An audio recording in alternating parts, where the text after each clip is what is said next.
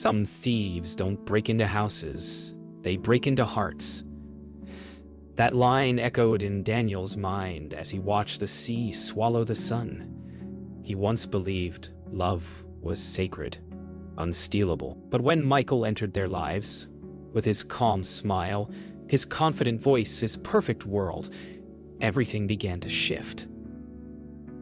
How does a man lose his wife not to death, but to another man's promise of something more? And what happens when that promise was never real to begin with? Emma's laughter used to fill the house like morning light. Now it lived somewhere else, on someone else's lips. Daniel stood by the water, the salt wind cutting through memory as the truth waited in silence. The storm began quietly, just small things, the kind you tell yourself don't matter. A late text, a colder hug, a story retold differently. Daniel noticed the distance before he admitted it, because admitting meant losing the world he built around Emma.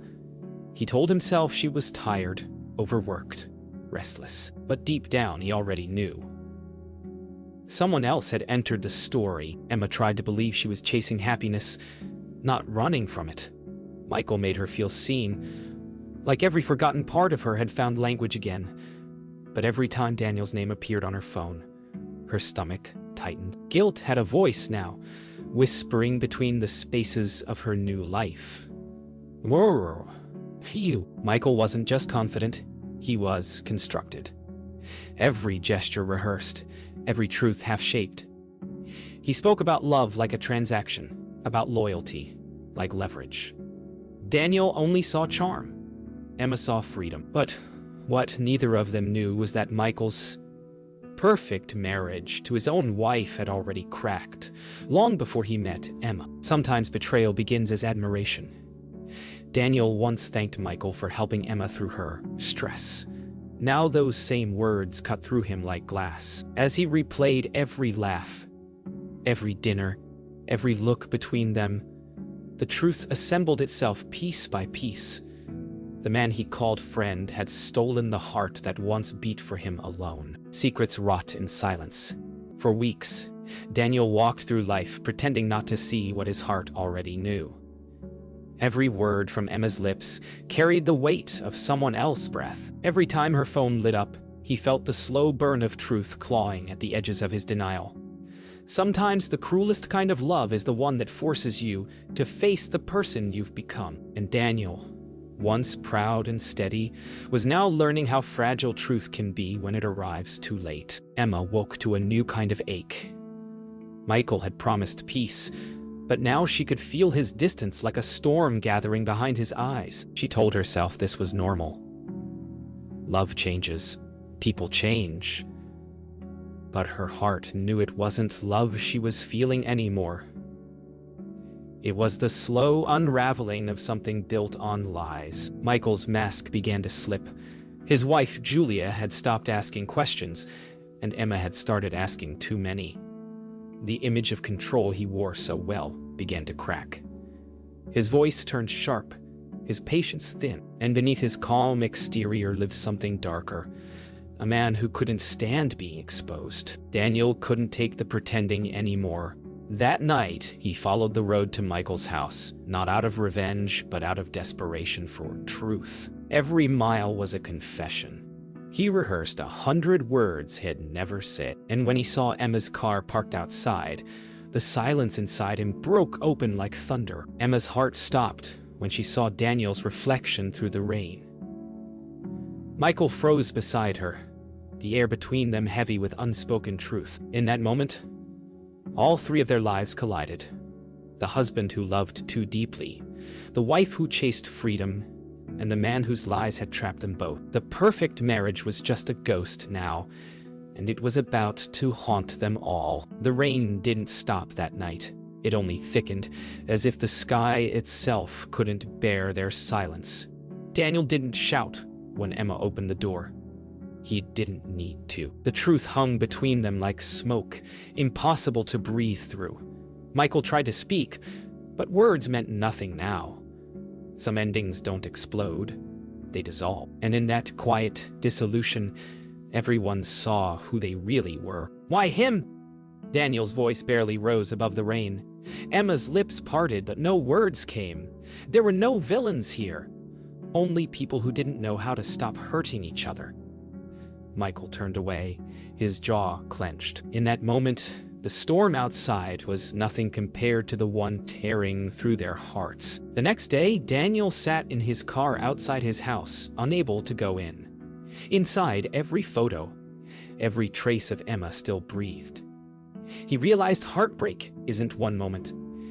It's 1,000 small ones that keep echoing. Somewhere between anger and mercy, he found only emptiness. Michael's world began to crumble in ways he couldn't control. Julia had found the messages. His business partners stopped returning calls. The man who thought he could orchestrate everyone's emotions was now drowning in his own. Karma didn't need to announce itself. It simply arrived, silent and precise. Emma packed her things in silence. Every item was a memory she couldn't carry anymore. Daniel watched from the doorway, not pleading, not forgiving, just seeing her for who she truly was. "Take what you need," he whispered. She nodded. Love wasn't ending. It was transforming into something raw, something real, something they might one day forgive. Truth doesn't arrive politely. It crashes through the doors you thought were locked. A week after Emma left, Daniel received an anonymous envelope. Inside were photographs. Michael with another woman, his hands on her waist, his smile the same one that once disarmed Emma. In that instant, Daniel understood. Perfect marriage wasn't broken by Emma. It had never existed. Emma's world unraveled as fast as Michael's mask. She found messages, different names, different nights. The man who swore he'd been trapped in a loveless marriage had never stopped lying. He hadn't chosen her out of love. He'd chosen her out of convenience. The freedom she thought she'd found was just another cage. Michael tried to contain the chaos, but lies breed faster than forgiveness. Julia, his wife, left without a word. His colleagues withdrew their trust. And when he looked at Emma, he saw not desire, but the mirror of his own decay. For the first time, his silence had no power. Daniel didn't feel triumph, only a strange, hollow calm. He could have exposed Michael, but what would that change? The truth had already done the work. He realized revenge wasn't healing. It was another form of captivity. That night, he walked down to the same beach where it all began. The tide was low. The air was lighter. For the first time, silence didn't hurt. Emma confronted Michael one final time. Her voice didn't tremble. "You told me I was your freedom," she said. "But you were just escaping yourself." He didn't answer. Maybe he couldn't. As she turned and walked away, she left behind not just him, but the version of herself that believed she wasn't enough. Freedom felt strange at first. The quiet mornings, the empty bed, the stillness where love once lived. Emma had wanted space, but she hadn't known it would echo this loudly. Every choice has a price, and hers was solitude. Yet beneath the ache, there was something new stirring. Peace, fragile but real, like dawn light through fog. Daniel found healing in small rituals. The morning run, the smell of coffee, the rhythm of breathing alone. He still thought of Emma, but not with anger anymore. Pain was becoming memory, and memory was becoming lesson. Sometimes, the only way to find peace is to accept that you were right to love, even if it ended. Michael tried to rebuild, but he no longer knew what truth looked like. His calls went unanswered, his charm worn thin. Alone in his apartment, surrounded by the trophies of his false perfection, he began to feel the weight of what he'd destroyed, not just others, but himself. Emma started painting again. Color returned to her fingers before it returned to her heart. Each brushstroke became a confession, a quiet way of forgiving herself. She realized she didn't need someone else to define her worth. Healing wasn't found in another person. It was born in the space left behind. Daniel and Emma met by chance months later at a small bookstore by the pier. No apologies, no tears, just quiet recognition. They spoke like old friends who had once shared everything, and now shared peace. The love they lost had taught them both what love really meant. Not possession, but understanding. Time has a way of softening even the sharpest edges. Months passed. Daniel no longer counted the days since Emma left. Instead, he counted the mornings he woke without pain. He had stopped asking why it happened and started wondering what it taught him. In losing the woman he loved, he'd found the man he'd forgotten to be. Sometimes heartbreak isn't punishment, it's rebirth. Emma's art began to draw attention. Her paintings, abstract, emotional, and raw, were filled with fragments of her past and pieces of her healing. People said they could feel her story in the colors. She never explained them. She didn't need to. Each canvas was a quiet reckoning between who she was and who she was becoming. Michael's name faded from headlines and conversations. He sold his company, left the city, and retreated into obscurity.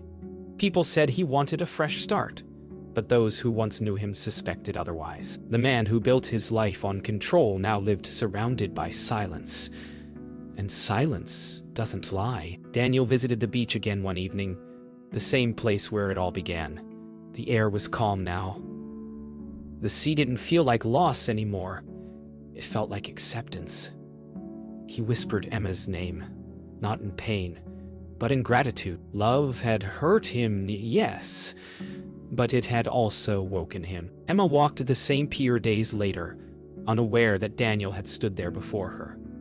She looked out at the same sea, now calm, and finally smiled. The past no longer chained her. It shaped her. For the first time in years, she felt whole. Not because someone loved her, but because she loved herself. Healing isn't loud. It's quiet, slow, and patient. Daniel no longer searched for closure. He lived it. His scars had turned to stories, his memories to lessons. The love that once tore him apart had, in its strange way, built him back stronger. He had learned that some endings are just beginnings that learned how to breathe differently. Emma's first solo art show drew a small crowd, but it wasn't about the applause. It was about presence. She stood before her final painting, one she called Unbroken. It wasn't about pain or regret. It was about light, and when she looked at it, she finally saw herself. Not the woman who was left, or the woman who left, but the woman who survived. Michael's story faded into rumor, a cautionary tale told in whispers. Somewhere far away, he lived alone near the coast, tending a small garden. Maybe he'd changed, maybe he had. The world had moved on, but his choices had written their own silence. Every seed he planted was a small attempt at redemption, though no one was left to witness it. One evening, by pure chance, Daniel and Emma crossed paths again, this time on the same beach, years after the storm. No tension, no ghosts, only peace. They walked side by side without needing to fill the silence. The past had shaped them, but it no longer defined them. It was just the tide rolling in and out, as it always had. As the sun slipped beneath the horizon, Emma turned to Daniel and smiled. "We made it," she whispered. "Not back to each other, but back to themselves." The sea roared softly in approval. In the end, love hadn't destroyed them, it had remade them. Through heartbreak, through truth, through letting go. And as night settled over the water, their hearts finally were still.